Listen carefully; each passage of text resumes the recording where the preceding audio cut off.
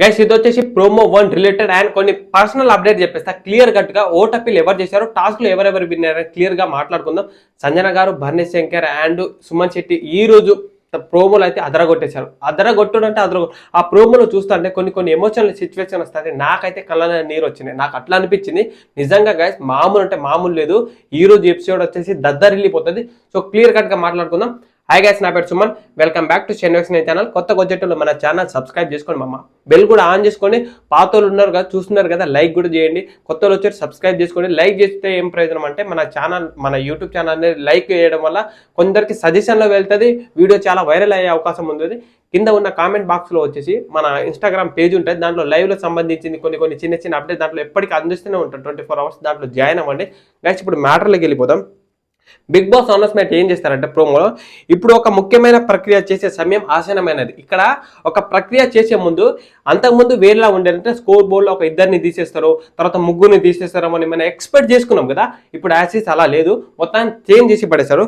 Suman Shetty leader బోర్డులో స్కోర్లో అందరికంటే తక్కువ ఉండడం వల్ల మీరు వచ్చేసి ఈ తదుపరి టాస్క్ నుంచి మీరు వచ్చేసి తొలగిపోతున్నారని బిగ్ బాస్ అనౌన్స్మెంట్ చేస్తారు. స్కోర్ బోర్డులో వచ్చేసి అందరికంటే తక్కువ ఎవరికి ఉన్నదంటే సుమన్ శెట్టి. భరణి శంకర్కి వచ్చేసి 220, మన తనుజకు వచ్చేసి భరణి శంకర్కి 230, మన తనుజకు వచ్చేసి 220, మన ఇమాన్యుయల్కి 170, డెమాన్ పవన్కి 150, సంజన గారికి 140, మన సుమన్ శెట్టికి 100 ఉండడం వల్ల ఈ టాస్క్ నుంచి తదుపరి టాస్క్ నుంచి తొలగిపోవడం జరుగుతుంది. ఇక్కడ బిగ్ బాస్ కావాలని చేశారా, లేకపోతే ప్లాన్ చేశారా, స్ట్రాటజీగా సంజన గారికి సపోర్ట్ చేశారని ప్లాన్ చేసి ఇట్లా చేశాడనేది నాకైతే క్లియర్గా లిటరల్గా అర్థం అవ్వలే.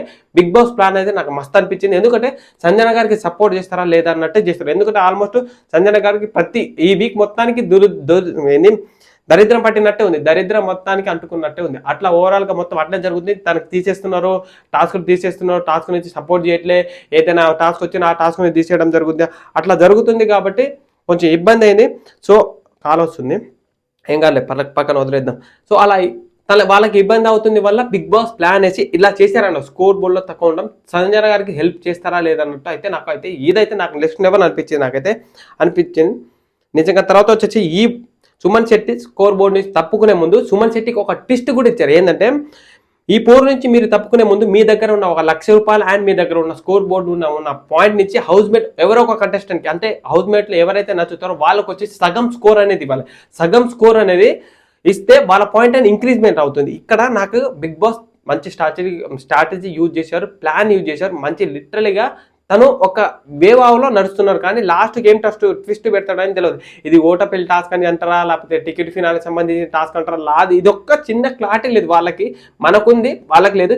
ఏదో ఓటపెల్ టాస్క్ అట్లా అయితే సీరియస్గా ఆడతానేమో ఆ ఉద్దేశంతో అట్లా అంటాడు అనుకుంటా. అట్లానే జరుగుతుంది ఇక్కడ. అనగానే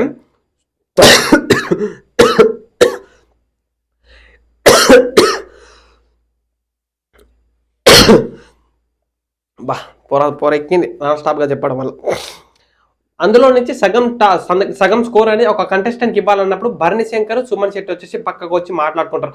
ఆల్మోస్ట్ సుమన్ శెట్టితో ఎక్కువ క్లోజ్గా ఉన్నది ఎవరు? భరణి శంకర్ అయితే తను వచ్చినప్పటి నుంచి క్లోజ్గా తనకి హ్యాపీనెస్ అయినా సంతోషం అయినా సుమన్ శెట్టి భరణి శంకర్తో ఉంటారు. భరణి శంకర్ సుమన్ శెట్టి ఇట్లనే ఉంది. ఇట్లా బాడీ నడవడం వల్ల సుమన్ శెట్టి వచ్చేసి భరణి శంకర్ అన్న, నా దగ్గర ఉన్న స్కోర్ మొత్తం నీకు నేను ఇద్దాం అనుకుంటున్నా, నా స్కోర్ బోర్డు నుంచి నువ్వు తక్కువ తీసుకున్నప్పుడు ఇక్కడ ఇట్లా చెప్పినప్పుడు సుమన్ శెట్టి నాకు నువ్వు తప్ప వేరే వాళ్ళు లేరు, ఎవరు ఇవ్వలేనన్నప్పుడు ఇక్కడ భరణి శంకర్ చేసిన ప్లాన్ అండ్ కొంచెం హెల్ప్ఫుల్గా చేసేది కావాలని చేసిండా లేకపోతే ఏమో తెలియదు, కానీ నాకు త్యాగం చేసిన దాంట్లో నాకైతే నిజంగా మామూలు అనిపించలే. స్కోర్ బోర్డులో భరణి శంకర్ టాప్ ఉన్న తర్వాత త్యాగం అయితే నాకు లిటరల్గా నాకైతే త్యాగం అనిపించింది. ఏదైతే ఓవరాల్గా సంజన గారి త్యాగం అనిపించింది. ఎందుకంటే సంజన, సుమన్ శెట్టి అండ్ భరణి శంకర్ నిన్న నుంచి ర్యాప్ అవ్వడం, వాళ్ళు వచ్చి డ్యాన్స్ చేయడం, ఫన్నీ వేలో జరగడం బాగా, అంటే ఈ 2-3 days నుంచి బాగా వాళ్ళ ఈ మధ్యలో కవరప్ అయిపోయింది. భరణి శంకర్ ఏమంటాడంటే అయితే నాకైనా ఉపయోగపడాలి, లేకపోతే వేరే వాళ్ళకైనా ఉపయోగపడాలి. ఈ వేరే వాళ్ళకి ఎవరికైనా ఉపయోగపడే వాళ్ళకు ఉంటే వాళ్ళకి ఇద్దామన్నప్పుడు సుమన్ శెట్టి కన్నా అప్పుడే ఎలిగింది అసలు. ఎందుకంటే సంజన గారికి ఇద్దామన్నట్టు. సంజన గారికి ఆల్రెడీ ఆడిన టాస్క్లో కొన్ని టాస్క్లు తీసిస్తారు, తనకు టార్గెట్ చేస్తున్నారని వాళ్ళకి కొంచెం అలవాటు అయింది. సంజన గారు కొంచెం ఓపెన్ అయ్యి మాట్లాడడం, ఇట్లా జరుగుతుంది, నేను తీసేద్దాం అనుకుంటున్నారు, పంపిద్దాం అనుకున్నారని కొంచెం క్లూగా ఇచ్చారు. అలాంటప్పుడు సుమన్ శెట్టి అన్నకి అలా థాట్ రాగానే పోయి సంజన గారి దగ్గర మీకు ఇద్దాం అనుకుంటున్నాం అన్నప్పుడు సంజన గారు వచ్చేసి ఆ సంతోషం, హ్యాపీనెస్ని చూసి అయితే నేనైతే ఆ ఎమోషన్లో లాస్ట్ ఒక మాట అంటే ఏంటంటే నాకు ఎవరి దగ్గర అడగాలని మొహమాటం అన్న, ఎవరి దగ్గర అడగాలన్నా నాకు మొహమాటం. సంజన గారు నిజంగా నాకు ఇవ్వండి అని ఏ విషయం గురించి అయితే ఎప్పుడు అడగలే. ఏమైనా ఉంటే తన టాస్క్ తను ఆడుతుంది, ఇవ్వకపోయినా సైలెంట్గా ఉంటే తన వల్ల వేరే వాళ్ళకి ఎఫెక్ట్ పడినా ఎవరికి ఎఫెక్ట్ పడినా మంచిగా ఉంటుంది. కొన్ని మాటలు జారుతుంది, ఆ మాటను అర్థం చేసుకుంటే, కానీ ఆ మాటలు జాడడం వల్ల సంజన గారికి బెనిఫిటే ఉంటుంది, ఓటింగ్ పెరుగుతుంది. ఎలా మాటలు జాడాలో అట్లా పెరుగుతుంది, అట్లా అయితే మాట్లాడుతుంది సంజన గారు. అలా నాకు ఎవరి దగ్గర అడగడం మొహమాటం అన్నని సుమన్ శెట్టి అన్నప్పుడు వాళ్ళిద్దరు అక్కడ ఒక ర్యాప్లో ఏడ్చుకుంటారు. ఇక ఏడుస్తుంది సంజన గలరని, కళ్ళ నుంచి నీరు ఆగదు అసలు, లిటరల్గా మామూలు. నాకైతే ఈ ప్రోమో చూసినప్పుడు, ఈ ప్రోమో గురించి ఇట్లా ఎందుకు చెప్తాను అంటే నాకు అట్లా గూస్ బంప్స్ అనిపించినాయి. తర్వాత వచ్చేసి సుమన్ శెట్టి దగ్గర ఉన్న సగం స్కోర్ బోర్డు ఇవ్వగానే పాయింట్ ఎట్లా పెరుగుతాయి అంటే భరణి శంకర్కి 230 ఉంటుంది, తర్వాత తనుజకి వచ్చేసి 220 ఉంటుంది.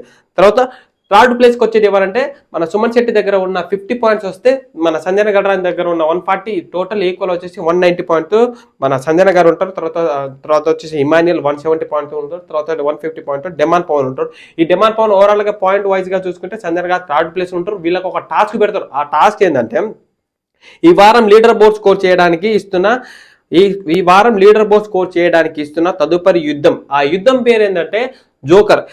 ఈ జోకర్ కాదు గురు, ఆ జోకర్ కాదు గురు అంటే ఆ టాస్క్ వచ్చేసి జోకర్ బొమ్మలు ఉంటాయి. ఇటు సైడ్ ఒక బొమ్మ, ఇటు సైడ్ ఒక బొమ్మ, మధ్యలో ఒక పెద్ద బొమ్మ, అంటే దానికి ఒక ప్లస్ సింబల్ అంటే అట్లా ఉంటుంది. అక్కడ ఉన్న ఒక స్టాండ్లో బాల్స్ ఉంటాయి. అంటే ఆ బాల్స్ అయితే 6 బాల్స్ వరకు వెళ్ళాలి. ఆ 6 బాల్లో ఎవరైతే ఆల్మోస్ట్ ఎక్కువ చేస్తారో వాళ్ళు వచ్చేసి ఈ టాస్క్లో విన్ను. జోకర్ మొహం మీద పడాలి, ఫేస్ మీద ఎగ్జాక్ట్గా పడాలి. అట్లా బాల్ అనేది కింద ఒక పెట్టిన తర్వాత ఇట్లా ర్యాప్తో ఇట్లా కొత్తాలి, ఇట్లా వచ్చినప్పుడు ఎగిరిపోయి జోకర్ ఫేస్ మీద పడాలి. ఈ టాస్క్లో సంజన గారు అయితే అదిరిగొట్టింది, అస్సలు అద్దరగొట్టిందంటే అద్దరగొట్టింది. తనకు వచ్చిన గోల్డెన్ ఛాయిస్ని యూజ్ చేసుకున్నది అనుకున్నాను నేనైతే. లిటరల్గా నాకైతే అనిపించింది సుమన్ శెట్టి ఇచ్చిన గోల్డెన్ ఛాయిస్ అనిపించింది. మన భరణి శంకర్ త్యాగం చేశాడేమో కూడా అనిపించింది నాకు. ఇక్కడ 2 ట్విస్ట్ ఉన్నాయి, భరణి శంకర్ త్యాగం చేయడం ఒకటి, సుమన్ శెట్టి గోల్డెన్ ఛాయిస్ ఇవ్వడం. త్యాగం చేయడం ఎందుకో లాస్ట్కి చెప్తా. ఆ టాస్క్లో వచ్చేసి టాప్లో ఎవరు ఉన్నారంటే సంజన గారు టాప్ ఉండి ఆ టాస్క్ విజయవంతంగా టాప్లో బాలేసింది. తర్వాత వచ్చేసి ఇమాన్యుయల్ వచ్చేసి ఓవరాల్గా వీళ్ళిద్దరికి ఇట్లా జరిగింది. ఈ టాస్క్ ర్యాప్ కంటెక్ట్ అయింది, సంజన గారు వచ్చేసి గోల్డెన్ ఛాయిస్ యూజ్ చేసుకున్నారు. తర్వాత అప్డేట్ ఏంటంటే ఒక టాస్క్ జరిగింది. ఈ టాస్క్లో ఆల్మోస్ట్ మనకు స్పెల్లింగ్ టాస్క్ లాగానే ఉంటుంది. ఆ స్పెల్లింగ్ టాస్క్లే గైస్ మధ్యలో ఆపినందుకు ఏమైనా అనుకోకండి, ఎందుకంటే మధ్యలో మా ఫ్రెండ్ వచ్చేసి డోర్ తనడం వల్ల ఆ సౌండ్ అనేది లోపల కొంచెం వచ్చింది. అందుకే వీడియో ఆపేసి మళ్ళీ క్లియర్గా చెప్తా. ఇక్కడ పాయింట్ ఏంటంటే సంజన గారు వచ్చేసి జరిగిన ఆ జోకర్ టాస్క్ వచ్చి విన్నర్. ఆ తర్వాత వచ్చేసి స్పెల్లింగ్ టాస్క్ జరిగింది. ఆ స్పెల్లింగ్ టాస్క్లో వచ్చేసి సంజన గారికి ఏ టాస్క్ ఇచ్చినా అసలు అదర కొడుతుంది. మ్యాథమెటిక్స్ సంబంధించి, స్పెల్లింగ్ సంబంధించిన టాస్క్, పజిల్ సంబంధించిన టాస్క్, ఏ టాస్క్ ఇచ్చినా సంజన గారు వచ్చి నెక్స్ట్ లెవెల్ ఆడతారు. ఆ 2వ టాస్క్లో వచ్చేసి సంజన గారు వచ్చేసి విన్ అయ్యారు. తర్వాత సెకండ్ వచ్చేసి తనుజి గారు వచ్చారు. ఇక్కడ ట్విస్ట్ ఏంటంటే నీకు చెప్పా కదా త్యాగం చేశారంటే భరణి శంకర్ సంజన గారికి మళ్ళీ త్యాగం చేశాడా అలా అనేది క్లియర్ కట్ అనేది తెలియట్లేదు. ఎందుకంటే భరణి శంకర్ వచ్చి స్కోర్ బోర్డులో టాప్లో ఉన్నాడు.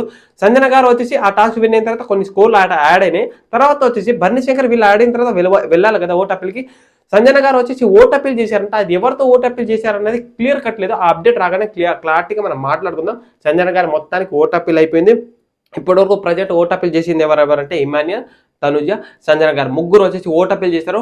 ఇప్పటితో టాస్క్ అంటే కంప్లీట్ అయిపోతుందేమో అనుకుంటున్నా, లేకపోతే రేపు ఒక టాస్క్ పెడతారేమో. ఆ తర్వాత ఓటప్పీల్ టాస్క్ అనేది కంప్లీట్ అయిపోతుంది అనుకుంటున్నాను నేనైతే. క్లియర్గా క్లారిటీ అయితే లేదు. సో చూద్దాం ఎంతవరకు అవుతుందో. ఇంతవరకు ప్రతి ఒక్కరు ఓపిక పట్టుకొని మన వీడియో చూసినందుకు ప్రతి ఒక్కరికి థ్యాంక్ యూ. సపోర్ట్ చేయండి, సబ్స్క్రైబ్ చేయండి, లైక్ చేయడం మాత్రం మర్చిపోకండి ఫ్రెండ్స్.